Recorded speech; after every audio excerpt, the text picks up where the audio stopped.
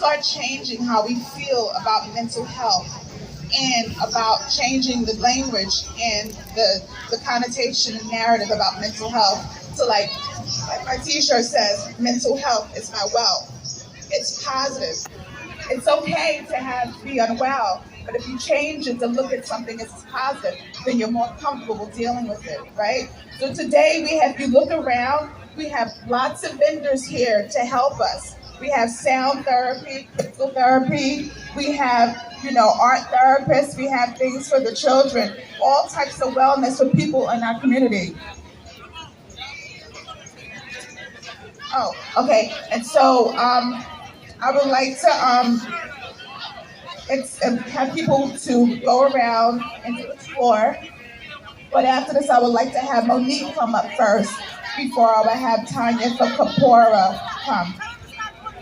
Thank you so much. I want to give it up for Christina Sparrow, an advocate. When I first heard her story, I said, you know what, we got to do something. She does research. She's advocating. So as soon as I got in office, we started a Assembly District 58 Mental Health Task Force, and guess who's on it? Christina. Who else is for the Assembly District 58 Task Force? If you could wave your hand, we got CCRB. Come on, let's clap it up. We got God Squad, that's part of the task force. East Flatbush Village Inc. Drum. Give it up for Drum. Did I miss anybody? Tanya, I told you about that. Mike said he's going to join. Pam, come and wave your hand. We have Sion, Pastor Sion over there. Natasha Christopher, Mothers for Safe City. That's over there as well. Did we miss anybody else? So our mental health task force is prevention, intervention, legislation, and restoration. So there's people from the community. Let me shout out Rosemary, who's part of the task force. Shahid, Mr. Eric Bassell, Shahid's dad is part of the task force. And we also have Miss June and her family. So Dwayne June's family. So what we was very intentional is making sure those who was impacted at the hands of police with a mental health crisis is at the table. So when we do legislation, we go to Albany. Guess what? It's your voices at the table. So we have to do this together. I'm one person, and thank you so much for electing me with the grace of God. But guess what? I can't do this alone. I promise you not to be perfect, but I promise you the best I can. But you got to do it with me. So I'm going to just introduce myself formally. I'm the Assemblywoman Monique Chandler Waterman. I represent District 58. I am the first Black Caribbean American from Barbados and from Jamaica to represent this area. And we just drew the lines, and we just got this little bit of Crown Heights. But guess what? Crown Heights, we're not going to miss you on the map. That's why we're here today, and we continue bringing resources here today. And Miss Pam, where you at? Show your hand. She's going to be in charge of Crown Heights and Brownsville. We got like 5 blocks here, 5 blocks in Brownsville, but she's going to hold it down to make sure our needs are addressed throughout the district. So once again, I want to thank everyone for being here today. This is one of the many events where our agenda is to bring awareness to mental health issues and supportive services, as well as destigmatize and decriminalize mental health in our black and brown communities. And our Caribbean people, I understand, we don't talk about stuff, but guess what? Who they killing? Who's dying? We are. We gotta talk about it. Licks ain't gonna do it. We gotta make sure we're speaking about this. The more you talk about, the less shame that the community feels. So we gotta talk. It's gonna start with us. I know back in the days we didn't talk about a lot, but we gotta have these conversations at our table. Let me talk real talk. All right? I told y'all, I'm your elected official, but guess what? I'm still Monique Chandler Waterman that you met on the street corners advocating for you. So I'm going to talk plain talk. Sometimes we get too proper and people don't understand. We got to talk about it. So thank you for joining us to recognize Daniel's Day. As you all know by now, the day has been named after Daniel Prude. We talk about 41-year-old. I'm 41 years old. My husband is 41 years old. Black man who was killed by the police, who were called to help him. Statistics show up to half of the people who become victims of police violence have a disability, right, Mike? And many of them have a mental health condition, which is also, we say, a disability. We are here today for a couple of reasons. We are here today to raise awareness of the importance of taking care of our mental health. That means we need to also stop, take a break, go to sleep, use the bathroom, and do stuff like that. I'm one of those people that need to do that. We are also here today to uplift our community, our family, and our friends and our neighbors who live with mental health conditions. And finally, we are here to honor people like Daniel Prude, 2020, he lost his life. Dwayne June, 2017. Saheed Vassell, 2018. Eleanor Bumpers, 1984. And Eunice Pierre, 2020, right there on Eastern Parkway in Utica. I want you to join me as we say their name. And what I'm going to do is I'm going to go to each person right here. So we have Rosemary here. We're going to say Dorothy Clark Rosier. 1, 2, 3. Dorothy Clark Rosier. Right here we have Dwayne June. Come on, Dwayne June. Right here we have Daniel Prude. Daniel Prude. Right here we have Saheed Vassell that was killed right across the street on Utica Avenue in Montgomery. 1, 2, 3. Saheed Vassell. And Utica Pierre. 1, 2, 3. Utica Pierre. So, and there are many others we have not heard of, we haven't mentioned today, that lost their lives at the hands of police when the only thing they needed was mental health support. I've spoken to the families, like I told you before, Vassell and June family, and they only wanted help for their person in love. But who do they call? It was only one option for them. I have attended funerals and watched as broken-hearted mothers, fathers, families, and friends mourn. Mental health condition is no more a crime than diabetes, than eczema, than heart disease. It's a condition that requires special care. One day we'll be judged by the care we gave or failed to give. Let's do that again. One day we're going to be judged by the care we give or fail to give. Failure to give care can result in harms like others or oneself, like Dorothy Clark Rosier. The failure to get support led to her death. We do not need a criminal response to a mental health issue. What we need is a public health approach that includes compassion, informed intervention, trauma-informed care, professionalism, and empathy. Our police officers were trained to fight crime, not treat mental health conditions. We must stop forcing our officers to be the first responder to mental health crisis. It's not fair to the people in crisis. They're not trained. They don't even want to do it. They don't know how to do it. No amount of training that you're going to give a police officer is ever going to equip them more than a mental health professional. So I'm calling on my colleagues and Governor Hochul to pass Daniel's law. And we all got to join the campaign. We don't want to wait till it gets to our doorstep. No, we're going to help from now so it won't get to your doorstep. The bill will eliminate the police response to mental health emergencies unless there's a danger to others.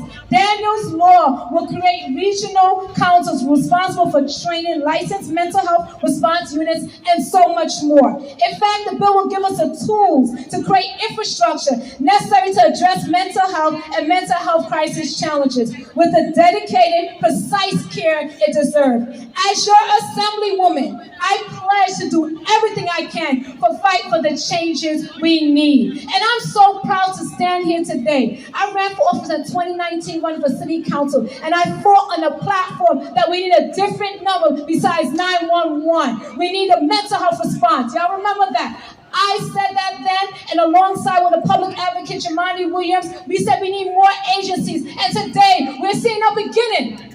We got a lot more work to do, but we're going to do it together because y'all going to be at the table making sure it happens.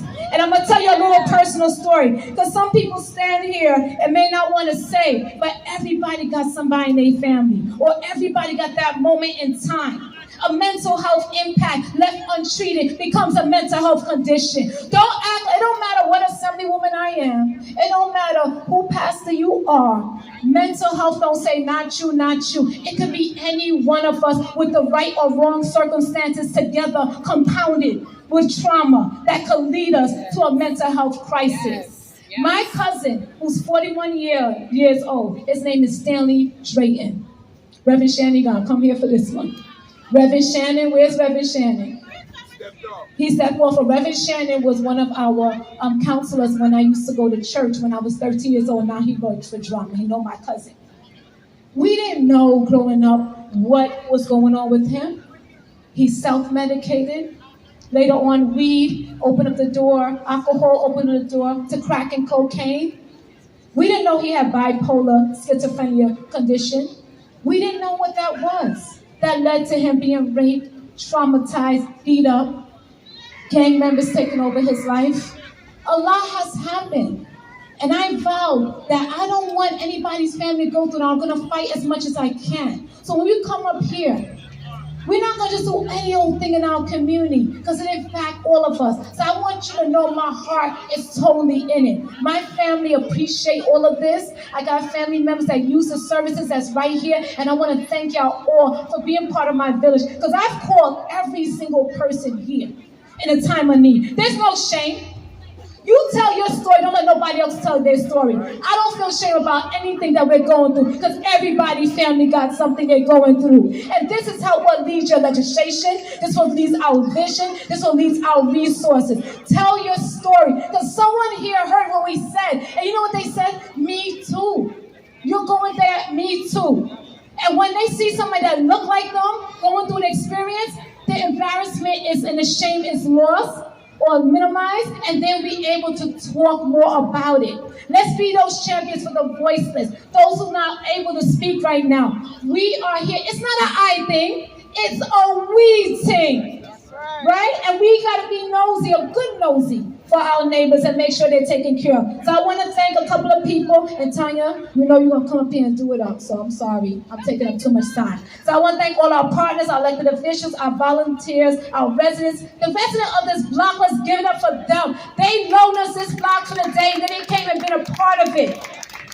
The DJ Dreamer, who I went to elementary school with, my next door neighbor as well. And photographers, videographers who support this event today. Congresswoman Yvette Clark, New York City Public Advocate Jamani Williams, Senator Zelnor Myrie, Assembly Member Brian Cunningham, who actually covers right across the street where Sahib Vassell was killed, Assemblywoman Mathilde Fontes, who's the chair of the Minority Mental Health Committee, City Council Member Crystal Hudson, and we said Community Board 9, I saw Fred. I was talking about semi-district. We gotta give it up to my staff. Where's Dalton? Chinua, you gotta show people who you are. And we got Pauline, we got Judy, our super duper volunteers as well. And Utica Avenue merchants. When I went into the stores over here and I told them what we were doing, they said put up the poster wherever you want. We got one or two that I ain't gonna name that didn't want to do it, but we're gonna talk about that later. So I talked about the 7th District 58 Mental Health Task Force, our Public Safety Task Force. We talked about God Squad, BTTM, DRUM, EFV, CCRB, East Flatbush Community Partnership. Make sure you get your housing support as well. Kepler Counseling, that's waiting for me to get off this mic. Interagency Alliance, CAVI, Kings Against Violence Initiatives. When something happens, when someone gets shot, you go to the hospital. They're the ones who support. Peer Advocate Christina Sparrow. You know you got to give it up to her. One more time. SOS Crown Heights, One Brooklyn Health, New York, NYCC, New York Community for Change. We got and Vocal NY Advocate at the table. NYC Department of Health and Mental Hygiene, that's our other agency. New York City Department of Social Services that I saw last week and said you had to be here. Guess what? She's here. New York City Midwives, Doral Health and Wellness, Oak Street Health, Impact Brooklyn, Sun River Health, where I go for all my services for doctors. I'm not trying to give nobody no plug, but I'm just saying I go there. They better be on their best behavior when I go. Bridging access to care, HIV, you get tested over there, STDs, and also counseling. Center for Community Alternatives, CCA, they do phenomenal mentoring services. Family Service Network that does overdose prevention training, and we got Chopper Fair. We about to do some stills. Anybody want to get up on the stills? And then we have NYC Justice Peer Initiative, Bolton Street, and PACE, Pakistani American Youth Society, and HES. If I miss anybody, I'll come right back after Tanya. Let's give it up for Tanya, for Kepler, for her patience. We're going to do some therapeutic services right here, and then we're going to meditate. a community meditation. So everybody, I need you to come here and really listen and figure out what we can do when we at our table, when we sitting down, when we at home. Tanya, take it away and let us know what we can do to get our mind right. Thank you. Thank you so much. I'm so grateful to be here, not just representing my organization, Pepper Counseling and Consulting, but also representing East New York and Brownsville, where I was born and raised and continue to live. So I'm Tanya Odom, CEO and founder of Pepper Counseling and Consulting. And Pepper means transformation, healing, and rebirth. And before I begin, with just walking you through a community meditation to help us get centered and raise the vibrations in our city, I just want you to take a look to your left and to your right and greet your neighbor. Yes, sir. Because part of the issue that many of us are dealing with is that we're isolated and we're alone, especially since COVID has hit. I know I was sitting in the house for a long time by myself, and those depression symptoms creeped up on me. And I had to do a lot to get up off of that couch and go about my day. So say hello to your neighbor, greet them, tell them your name. Tell them something interesting about you, because we have to get to know each other. That is how we begin to promote healing, connection, and build community in our neighborhoods. And right before they elected Gerald Ford, I'm also here with members of the Global Sacred Women's Village, which was founded by Queen Afua, who is the guru of holistic health, and who has helped me understand the importance of bridging mental health with spirituality. I am a licensed clinical social worker. I have a private practice. I do counseling. And I'm not the biggest advocate of medication, but if you need it, you need it. But I also understand that there are alternatives to healing. And that's what Kepra Counseling and Consulting seeks to do. Bridge the gap between spirituality and mental health. Because when times get hard, we need to be connected to a greater source. We need to be great, whatever it is, whatever you believe in, it doesn't matter. But we need to be connected to something deeper and something divine. So today we're going to do a community meditation. And I'm going to focus on chakra healing. Chakras are our energy centers. And when they are blocked, we become unbalanced. And we don't take things like that seriously. So I'm going to take you through a chakra meditation healing, and we're going to do it to that song. DJ, don't you walk away. Where you go? We're going to do it to this song called Inner Peace